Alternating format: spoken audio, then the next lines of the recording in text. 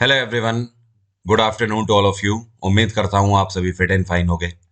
आज के इस वीडियो में 25 नवंबर 2022 के करंट अफेयर हम लोग डिस्कस करेंगे। पीडीएफ आप डाउनलोड कर सकते हो एग्जाम इंजन एप्लीकेशन से। एग्जाम इंजन एप्लीकेशन में जो डेली के करंट अफेयर पीडीएफ होते हैं वो आंसर की के साथ आपको प्रोवाइड किए जाते हैं। तो इस एप्लीकेशन के अंदर जाके फ्री स्टडी मटेरियल का ऑप्शन है, उसमें आपको सारी पीडीएफ मिल जाती हैं डेली की। शुरू करते हैं आज का वीडियो। बट सबसे पहले बात करेंगे कल के क्वेश्चन की। कल के वीडियो में मेरा आपसे जो क्वेश्चन था वो ये था कि ये खिलाड़ी हैं जिनका नाम है ओइनम बेम्बेव देवी, ये कौन से खेल से संबंध रखती हैं। तो बेम्बेव देवी जो हैं ये भारत की फुटबॉलर हुआ करती थी। इस टाइम पर ये रिटायर्ड हैं और अर्जुन अवार्ड से तो इनको सम्मानित किया गया था। भारत सरकार की तरफ से पद्मश्री से भी इनको सम्मानित किया जा चुका है। आपको पता है जब ये खेलती थी तो उस टाइम पर इनको दुर्गा ऑफ फुटबॉल के नाम से भी जाना जाता था। फुटबॉल की दुर्गा इनको बोला जाता था। और ये कौन से राज्य से बिलोंग करती हैं? तो मणिपुर से बिलोंग करती हैं।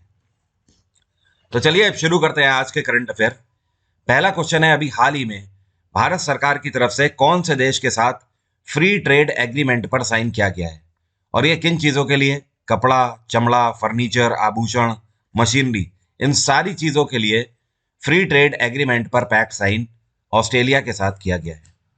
और फ्री ट्रेड एग्रीमेंट का बेसिकली मतलब ये होता है जब दो देश आपस में एफटीए पर मंजूरी देते हैं तो इसका सीधा सा मतलब ये है कि भारत का जितना भी सामान ऑस्ट्रेलिया के बाजार में बिकेगा उसके लिए ऑस्ट्रेलिया उस पर ड्यूटी नहीं लगाएगा, मतलब टैक्स नहीं लगाएगा। और उसी तरीके से ऑस्ट्रेलिया का जितना भी सामान भारत के बाजार में बिकेगा भारत सरकार उस पर टैक्स या आप बोल सकते हो ड्यूटी नहीं लगाएगी। वो सीधे सीधे बाजार के अंदर जितना सामान या माल बिक रहा है वही कैलकुलेशन किया जाएगा रेवेन्यू के बेसिस पर। उसमें ट्रेड फ्री एग्रीमेंट का मतलब यह होता है कि ट्रेड करने के ऊपर, व्यापार करने के ऊपर जो सीमा रेखाओं के अंदर सामान लाने के लिए जो टैक्स लगता है वो नहीं लगेगा। और ये सारी चीजें इस वजह से करी जा रही हैं क्योंकि जो चाइनीज मार्केट है वो भारत के मार्केट के साथ अब उतना कंपैटिबल नहीं है जितना पहले हुआ करता था। आज की डेट में चाइना का कोई भी प्रोडक्ट अगर भारत में बिकने आता है तो चाइनीज सरकार के द्वारा लगाई गई हैवी ड्यूटीज की वजह से उसके जो मूल्य हैं वो बहुत ज्यादा हो जाते हैं, जिसकी वजह से फ्री ट्रेड एग्रीमेंट की तरफ भारत सरकार दूसरे देशों के साथ बढ़ रही है।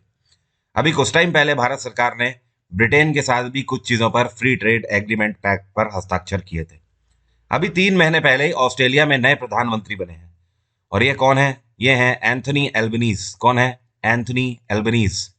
इन्होंने किसको सक्सीड किया था? तो उस टाइम पे इन्होंने स्कॉट मॉरिसन को सक्सीड किया था, स्कॉट मॉरिसन। अगला क्वेश्चन है, रिजर्व बैंक ऑफ इंडिया ने अभी हाल ही में एचडीएफसी बैंक लिमिटेड और साथ में कैनरा बैंक दोनों को वॉस्त्रो अकाउंट खोलने की इजाजत दे दी है। और वॉस्त्रो अकाउंट खोलने का मेन उद्देश्य यह है कि अब हम रुपए में ट्रेड कर पाएंगे। तो सवाल यह है कि कौन से देश के साथ रुपए में व्यापार करने के लिए वॉस्त्रो अकाउंट खोलने की मंजूरी दी गई है? तो यह है रूस। और दुनिया भर में आपको पता ही है डॉलर का बोलबाला इसलिए है कि दुनिया में सबसे ज्यादा जो ट्रेडिंग होती है, सबसे ज्यादा जो व्यापार होता है और लेन देन जो होता है वो डॉलर में किया जाता है, जिसकी वजह से अमेरिका आज की डेट में सबसे बड़ी अर्थव्यवस्था है। लेकिन अगर हमें भी एक बहुत बड़ी अर्थव्यवस्था बनना है तो हमें सबसे पहले अपनी करेंसी को बलवान बनाना पड़ेगा। और यह तभी हो पाएगा जब हम डॉलर में ट्रेडिंग को कम करें और रुपए में ट्रेडिंग को शुरू करें। इससे रुपए की वैल्यू बढ़ेगी। तो इन सारी चीजों को देखते हुए भारत सरकार चाहती है कि आने वाले टाइम में जल्द से जल्द रशिया के साथ जितने भी ट्रेड हैं हमारे वो सब रुपए में हो जाएं। और रुपए में ट्रेडिंग करने के लिए आपको वॉस्त्रो अकाउंट खुलवाना पड़ता है। और इतना ही नहीं, रशिया के भी 2 बैंक हैं जिनको मंजूरी दे दी गई है वहां की सरकार के द्वारा। तो ये 2 बैंक कौन कौन से हैं? एक तो है आपका वीटीबी बैंक और दूसरा है वहां का एस बेर बैंक। क्या बोलते हैं? एस बेर बैंक। तो ये दोनों बैंक वहां से, और भारत से अभी हाल ही में एचडीएफसी और कैनरा बैंक। हालांकि भारत सरकार की तरफ से 3 और बैंक हैं जिनको मंजूरी दी गई है। एक तो आपका हो गया यूको बैंक जिसको मंजूरी दी गई है। यूको बैंक के अलावा है इंडस इंड बैंक और एक है आपका यूनियन बैंक। तो 3 ये और 2 ये, भारत की तरफ से टोटल 5 बैंक और रशिया की तरफ से 2 बैंकों को मंजूरी दी गई है। रशिया की कैपिटल है मॉस्को, यहां पर व्लादिमीर पुतिन की सरकार है। अमेरिका में जे बिडेन की सरकार है। ब्रिटेन में ऋषि सुनाक है इस टाइम पे प्रधानमंत्री, और फ्रांस में इमैनुअल मैक्रोन है यहाँ के राष्ट्रपति। अगला क्वेश्चन है, एक संस्थान है जिसको बोलते हैं ओईसीडी, फुल फॉर्म है इसका organisation for economic cooperation and development. इन्होंने साल 2023 के लिए भारत का जो जीडीपी है इसका फोरकास्ट 6.9% से घटाकर कितना कर दिया है? तो बाजार के स्लो डाउन को देखते हुए 6.9% से घटाकर 6.6% इन्होंने कर दिया है ओईसीडी। और इसके अलावा और भी चीजें आपको ध्यान रखनी है, जैसे कि कुछ और प्रिडिक्शन हुए हैं 2023 के लिए। तो अगर आपसे पूछा जाए फिकी ने कितना किया है, तो अभी हाल ही में ध्यान रखना है आपको, फिकी ने किया था 7%। इसके अलावा स्टेट बैंक ऑफ इंडिया का बहुत इंपॉर्टेंट रहता है, एसबीआई ने प्रिडिक्शन किया था 6.8% का। ओईसीडी की अगर बात करें तो इसकी स्थापना करी गई थी 1948 में, तब ये ओईईसी हुआ करता था। उसके बाद में ये ओईसीडी बना है 1961 में। इसका हेडक्वार्टर है पेरिस, और इस टाइम पे इसके सेक्रेटरी जनरल हैं माथियास कोरमैन। यहाँ पर मैं लिख देता हूँ, माथियास कोरमैन, ये इसके सेक्रेटरी जनरल हैं। अगला क्वेश्चन है, अभी हाल ही में मेंस ग्रूमिंग ब्रांड है जिसको बोलते हैं अर्बन गुरु, इसके ब्रांड एम्बेसडर के रूप में किसको अपॉइंट किया गया है? तो अर्बन गुरु के नए ब्रांड एम्बेसडर बने हैं सूर्य कुमार यादव। और इसके पहले आपको याद होगा कुछ टाइम पहले ही गरुणा स्पेस का आपने नाम सुना है ना, गरुणा एरोस्पेस, इसके ब्रांड एम्बेसडर कौन बने हैं? ये बने हैं महेंद्र सिंह धोनी। और अभी करीब एक सप्ताह पहले ही मैंने आपको करंट अफेयर में बताया था, T20 world cup for blind जो होने वाला है इस बार दिसंबर को, उसके ब्रांड एम्बेसडर युवराज सिंह बने हैं, युवराज सिंह।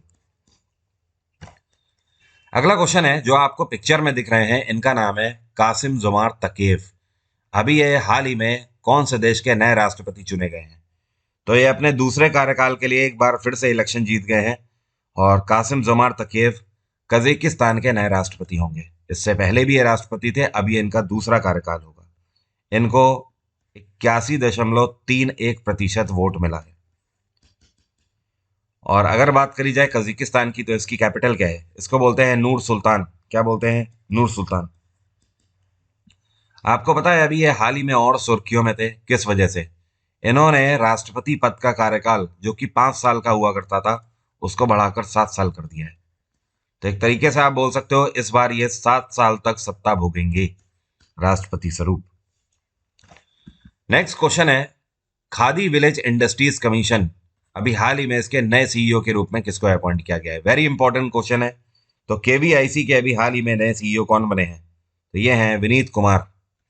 विनीत कुमार ये सीनियर IRSC अधिकारी हैं, 1993 बैच के, 1993 बैच के। केवीआईसी की स्थापना 1956 में करी गई थी।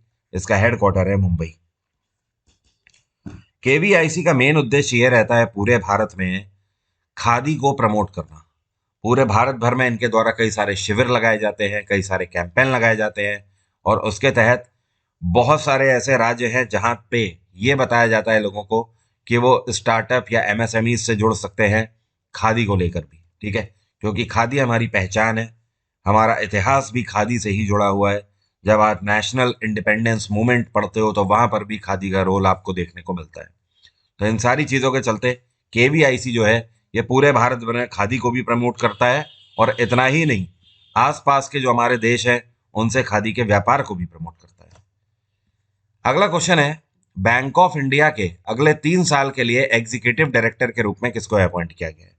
तो अभी हाल ही में अपॉइंट किए गए हैं Subrata Kumar, Bank of India के नए ईडी के रूप में। बैंक ऑफ इंडिया की स्थापना 1906 में करी गई थी। इसका हेडक्वार्टर है मुंबई।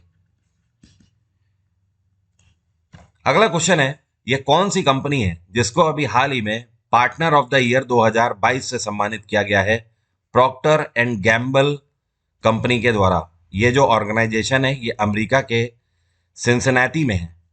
तो ये जो पार्टनर ऑफ द ईयर 2022 का टाइटल इस कंपनी को दिया गया है वो दरअसल इस वजह से कि इस कंपनी ने व्यापारिक क्षेत्र में, या आप बोल सकते हो उद्योग क्षेत्र में, उत्कृष्ट कार्य किया है। ये कंपनी है matrix business services India limited, और इनके चलते भारत और अमेरिका के व्यापार के बीच में काफी तेजी आई है, जिसकी वजह से इनको अमेरिकी संस्थान प्रॉक्टर एंड गैम्बल के द्वारा सम्मानित किया गया है। अगला क्वेश्चन है, who has been honoured with Economic Times Inspiring Leaders Award 2022 in Delhi. अभी हाल ही में दिल्ली के अंदर इकोनॉमिक टाइम्स की तरफ से इंस्पायरिंग लीडर्स अवार्ड 2022 से किसको सम्मानित किया गया है? तो ये जो आपको दिख रहे हैं, ये हैं एपी श्रीधर, इनको सम्मानित किया गया है। सवाल ये उठता है कि इनको सम्मानित क्यों किया गया है, ऐसा इन्होंने क्या किया है? आपको पता है ये एक म्यूजियम मेकर है। म्यूजियम्स संग्रहालय बनाने का काम करते हैं, और इतना ही नहीं, ये अपने आप में एक आर्टिस्ट भी हैं। ये दुनिया भर में पहले ऐसे म्यूजियम मेकर के रूप में जाने जाते हैं जो कि खुद एक आर्टिस्ट भी हैं। दुनिया भर में आज तक इन्होंने 72 एग्जीबिशंस को होस्ट किया है म्यूजियम की, जो कि अपने आप में एक अच्छा खासा रिकॉर्ड है। अगला क्वेश्चन है, कम्युनिकेशन कैटेगरी में यह कौन सी कंपनी है जिसको Salesforce partner innovation award से सम्मानित किया जाएगा? तो साल 2022 के Salesforce partner innovation award से प्रोडक्ट को सम्मानित किया जाएगा। प्रोडक्ट एक ऐसी कंपनी है जो कि कम्युनिकेशन टेक्नोलॉजी के ऊपर कंसल्टेंट देती है। मतलब कहने का आप ऐसे समझ लीजिए कि अगर आप कम्युनिकेशन टेक्नोलॉजी को जानना चाहते हैं, समझना चाहते हैं, या फिर आप अपना एक व्यापार या बिजनेस इसी के ऊपर एस्टेब्लिश कर रहे हैं, तो ये कंपनी आपको मदद करेगी, आपको ईच एंड एवरीथिंग, सारी इंफॉर्मेशन उसके बारे में देगी। एक तरीके से ऐसी कंपनीज को आईटी एडवाइजरी सर्विसेज के रूप में जाना जाता है। ओके, और जो प्रोडक्ट है ये केवल भारत में ही नहीं या किसी पर्टिकुलर देश में ही नहीं, ये दुनिया भर में 60 से ज्यादा देशों में कार्य कर रही है। अगला क्वेश्चन है, अभी हाल ही में डॉक्टर अब्दुल कलाम सेवा पुरस्कार से किसको सम्मानित किया गया है? तो जो आपको पिक्चर में दिख रहे हैं, ये हैं रवि कुमार सागर। इनको सम्मानित किया गया है डॉक्टर अब्दुल कलाम सेवा पुरस्कार से। यह सम्मान इनको इसलिए दिया गया है कि ये आरके इनो ग्रुप है एक, क्या नाम है? आरके इनो ग्रुप। इस ग्रुप में बोर्ड ऑफ डायरेक्टर्स में सबसे छोटे हैं, और इनके बारे में एक और चीज फेमस है, जब इन्होंने व्यापार शुरू किया था तो 50,000 रुपए से व्यापार शुरू किया था, और पहले साल में ही इनका जो रेवेन्यू हुआ वो 2 करोड़ का हुआ टर्नओवर। ओके, तो ये है मेन चीज जिसकी वजह से रवि कुमार सागर को सम्मानित किया गया है। Who has become the first Indian woman to win bronze medal at ITTF ATTO Asian cup tournament in Bangkok, Thailand? Thailand की कैपिटल बैंकॉक में ये पहली बार कौन सी भारतीय ऐसी महिला है जिन्होंने मेडल जीता है एशियन कप टूर्नामेंट में? आज तक एशियन कप टूर्नामेंट में किसी भी भारतीय महिला ने टाइटल या आप बोल सकते हो मेडल नहीं जीता था। ये है मनिका बत्रा, और इन्होंने कौन सा मेडल जीता है? इन्होंने ब्रोंज जीता है। और सवाल ये उठता है कि इन्होंने किसको हराया? तो आपको ध्यान रखना है, इन्होंने जिस खिलाड़ी को हराया है उस खिलाड़ी का नाम क्या है? इनका नाम है हाइना हयात। हाइना हयात, जिनको इन्होंने 4-2 से हराया है। ठीक है, अब देखो बात हो रही है एशियन कप टूर्नामेंट की, तो भारतीय खिलाड़ी मनिका बत्रा का तो आपको ध्यान ही रखना है, ये तो इंपॉर्टेंट है ही है कि इन्होंने ब्रोंज जीता है। अगर आपसे पूछा जाए मेंस कैटेगरी में गोल्ड किसने जीता है, तो आपको ध्यान रखना है मेंस कैटेगरी में गोल्ड जीता है तोमोकाजू हरिमोतो। यहां पर मैं लिख देता हूं, तोमोकाजू हरिमोतो। हरिमोतो ये कौन से देश के खिलाड़ी हैं? ये जापान के खिलाड़ी हैं, इन्होंने गोल्ड जीता है। अगर आपसे पूछा जाए महिला खिलाड़ियों में फीमेल कैटेगरी में गोल्ड किसने जीता है, तो आंसर आपका क्या होगा? इनका नाम है वांग यीदी। क्या नाम है? वांग यीदी। ये कौन से देश की खिलाड़ी है? ये चाइनीज खिलाड़ी है। अगला क्वेश्चन है, पहले ऐसे ये भारतीय कौन है जिन्होंने कराटे फर्स्ट सीरीज ए में गोल्ड मेडल अभी हाल ही में जीता है? तो पहली बार ये भारतीय खिलाड़ी है कौन? इनका नाम है प्रणय शर्मा। ये पहले ऐसे भारतीय बन गए हैं जिन्होंने कराटे 1 कैटेगरी में सीरीज ए के अंदर गोल्ड जीता है। इनसे पहले ये कारनामा किसी ने भी नहीं किया। इन्होंने किसको हराया? तो इन्होंने जिस खिलाड़ी को हराया इनका नाम है डेविड यानोस्की। डेविड यानोस्की। ये कौन से देश के खिलाड़ी हैं? ये यूक्रेन के खिलाड़ी हैं जिनको इन्होंने हराया है। और इस बार इसका आयोजन कहाँ किया गया? इंडोनेशिया में जकार्ता में इसका आयोजन किया गया। अब मेरा आज का सवाल आपसे, आप में से कितने लोग बता सकते हो माता वैष्णो देवी मंदिर जो कटरा में स्थित है, जम्मू में, यह कौन सी पहाड़ी पर स्थित है?